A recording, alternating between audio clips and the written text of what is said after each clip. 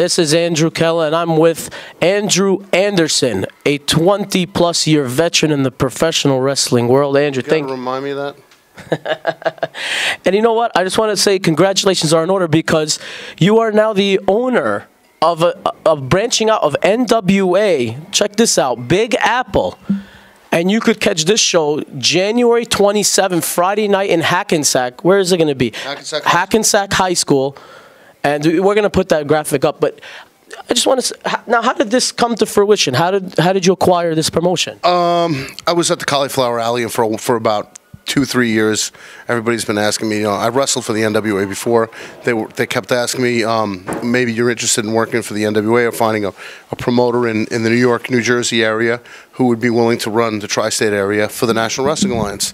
They have all territories in Texas, and I work for the National Wrestling Alliance in Texas for Texoma and some other companies, and it's been a lot of fun. But really, there's nothing in New York. And Greg, my dad, for all intents and purposes, Greg Valentine. Say hello, Greg. So, and Greg has for years been a mainstay of the National Wrestling Alliance. So I asked him, what do you think I should do? I called up Gino Caruso from East Coast Pro Wrestling, where I got my start from. I asked him, and I asked a couple other promoters. I said, do you guys want to do the NWA? Do you guys want to go in on it? And nobody really wanted to really go in on it. So I said, you know what? I'm going to do something different. I'm going to do it myself. My partner, Ebenezer Baldwin Bowles from Arkansas, who runs the Indie Tribune magazine, and now it's an internet magazine. He decided to Bruce Starp contacted us. We went to Bruce afterwards and said, okay, we got somebody who's going to do it. He said, who? And we said, we're going to do it. And it's not going to be an everyday run promotion. It's not going to be a month to month. Right now it's going to be special. It's going to be 2, maybe 3 to 4 times a year. You know what I'm saying? Just keep it special for now. Showcase all the National Wrestling Alliance heavyweight champions at the time. Jack Stane was the heavyweight champion. He lost the belt to Tim Storm. I feuded with Tim Storm throughout the 2016 summer months for the North American heavyweight title, and that was pretty cool. And now Tim Storm is NWA heavyweight champion, and I'm going to be wrestling him a lot as one of the #1 contenders.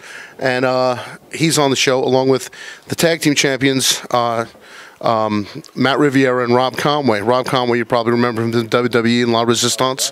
Yep. So Rob Conway's been a former NWA heavyweight champion himself. Matt Riviera is a character unlike we haven't seen. He's a throwback. He's a throwback. I've been called a throwback. Kevin Sullivan for years has been calling me a throwback. We're bringing old school, hard hitting wrestling. Noah's one of the partners in NWA Big Apple is James Beard, senior referee from WCW for many years and NWA. James Beard is vice president. He's also a partner with us on it, and he's the lead booker. So he's he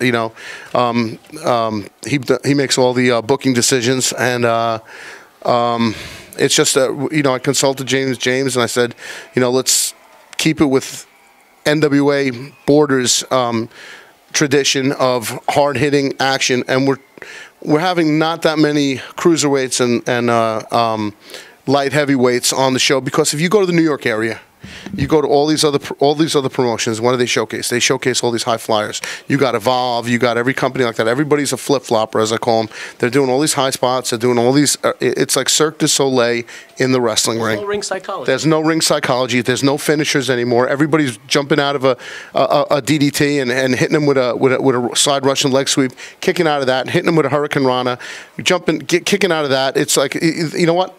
False comeback is non-existent in cruiserweight division. I'm not knocking cruiserweights. They're phenomenal athletes, and we're going to have cruiserweights in NWA Big Apple.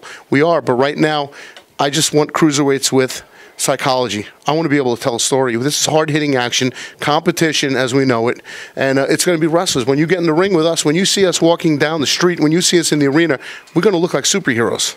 When I walk into a building, I'm a wrestler. All right? It's just the way it used to be. You know what I'm saying? You want your heroes to be larger than life. You don't want them to look like the paper boy. So that's a quote from Gino Caruso, by the way. So. And you mentioned Gino Caruso of ECPW, yeah, and he's your trainer. And how often do you wrestle for ECPW? On a monthly basis.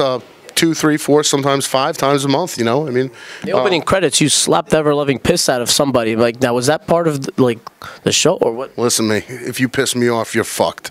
That's all I got to say. You know, that one thing. If you piss me off, you know, a beefcake. What did the fans say? I'm just curious. Huh? What did that fan say to get slapped like that? I don't know what the hell he said. It's just one of my moments, you know. So, but I've been told I have to curb that. I hope you don't have a moment right now. I have to curb that because I'm a promoter now. So, you know, I was actually informed that I cannot flip the bird. I stick my tongue out because I got to be proper. But you know what? Improper and me go together. So a lot of people don't know this also. Curse on this? That's fine. You could say whatever you want. So. So you were in the movie The Wrestler. Yeah. Who approached you for that, and how did that come about? Gino called me up and said this Evan Ginsberg contacted Gino. He needed some people to come and audition for the movie The Wrestler. So myself, Pete Nixon, another wrestler, manager called the Creeper. We all went down, and we were there at the in Brooklyn for the audition with Necro Butcher, a bunch of other people, and we all read lines. I read lines for the role of Lex Lethal, Right. and everything it worked pretty cool. I mean, I got along great with Pete Bond. Pete Nixon was in the opening scenes in all his semi-nude glory, and. We did the movie, and I happened to get my Screen Actors Guild card from it because I had lines. I actually auditioned from it myself. Paulie Enormous and a few other guys had lines, and Jimmy Powers, we auditioned for it, and I think Lloyd from the Samoans, and that was really cool. We actually had written lines for the movie, so it was different than everyone else. So a lot of people have gotten pissed at me because I've managed to take that and use that as a launching pad for a career which I thought was winding down at the time in 2008. I had a torn ACL. I was hurt. My back's killing me. My neck's killing me. I've been in the business for a long time at this point, and I figured, what the hell else is there to do? Well, I went I did the movie, and that skyrocketed me. I wound up getting endorsements, Skittles, Doritos, Campbell's Soup. It just worked out. Pharmaceutical commercials, print ads, and it was just small roles in indie movies and SAG movies, horror movies. I'm trying to think. The most recent one I just did was Sal Ranella's Good Friday, a mob comedy, and another movie called Fortress of Dumbbells by Dennis Marigliano. Yeah, so it was pretty cool, but a lot of people in the wrestling business have gotten pissed because, they bill me as being from the movie The Wrestler, But you know what? I say to them, if you don't like it and you don't like that I did that, fuck you, Fuck you. And if you don't like it, just go fuck yourself. So that's what I got to say about that. But, if... a lot of people have a problem because jealousy, there's there are a lot of people that were in the movie. Why don't you go out and... Jealousy in the wrestling business? Yes, okay, unheard of, right? Bruce Beefcake. Boy, he's getting buried tonight. Oh, yeah, you know what? He's a crybaby. He's saying, I technically retired him. I hurt his back in Miccosukee, Florida. So he just didn't want to work because he was going to collect disability. So the hell with him.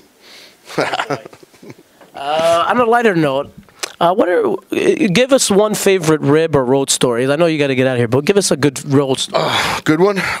There was a wrestler, God rest his soul, manager called Johnny Diamond, and Gino used to wrestle, have his show called, his East Coast Pro Wrestling show in Lake Hiawatha was, you know what, if you keep putting that in my mouth again, I'm going to start fucking chewing on it. You know what I'm saying? Jesus Christ, what the hell's with this guy? It's like, how do you like... I want to hear the sound.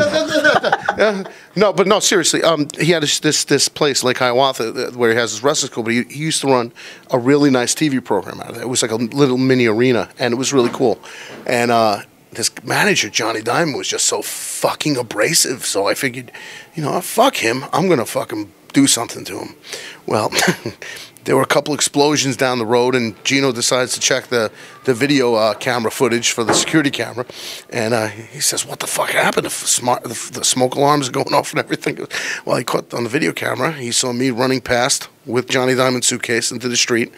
Then all of a sudden, you followed by 2 or 3 big explosions, and then me coming back with a smoldering bag, running it back into the locker room when Johnny was done with his match. So from the gorilla position, came back, and that was one thing. So the guy had a fit, and whole shit happened. Then another time, you know, the famous. I was notorious with Crazy Glue. Anybody in a room would not want to room with me because they didn't know what the hell was going to go on. The Metal Maniac was rooming with me in Mississippi, and so was Doug DeVito, my manager. Well, the Metal Maniac, while he slept, you know, I proceeded to glue everything in the room, from the shampoo, the handles on everything, the windowsills, everything. Crazy glued everything in the room. Doug DeVito was sleeping with his hands behind his back. I crazy glued his fingers.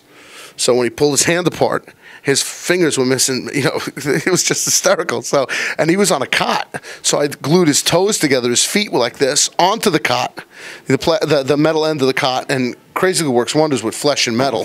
So it was hysterical. But then my coup de grace was I crazy glued the locks and it locked myself out.